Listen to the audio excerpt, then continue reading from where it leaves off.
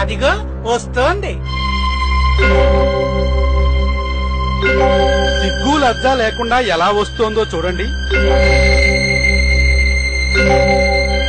తాను చెడింది కాకుండా మిగతా ఆడవాళ్ళని చెడగొట్టడానికి తయారయ్యింది. ఇక చూస్తూ ఊరుకుంటే లాభం లేదు, మొక్కలోనే తుంచి వెయ్యాలి. పదండి.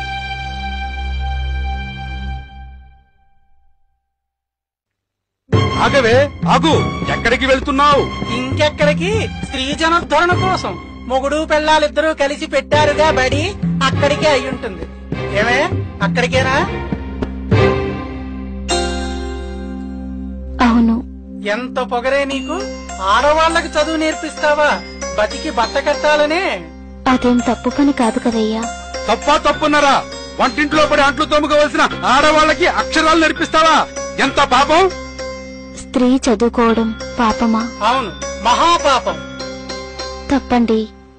మీలాంటి విఘ్నులు అనాల్సిన మాట కాదు. ఓహో, మా విజ్ఞతనే వేలెత్తి చూపేంత గొప్పదానివయ్యావా? అయ్యా, నేనేం గొప్పదాన్ని కాదు, సామాన్య స్త్రీని. మీరంతా పెద్దలు, వేదాలు చదువుకున్న విజ్ఞానవంతులు. ఒక ప్రశ్నకు సమాధానం చెప్తారా? మమ్మల్నే ప్రశ్నించేంత సాహసమా నీకు? తెలియందడిగి తెలుసుకోవడం తప్పు కాదు కదయ్యా. సరే, అడుగు. స్త్రీ ఎందుకు చదువు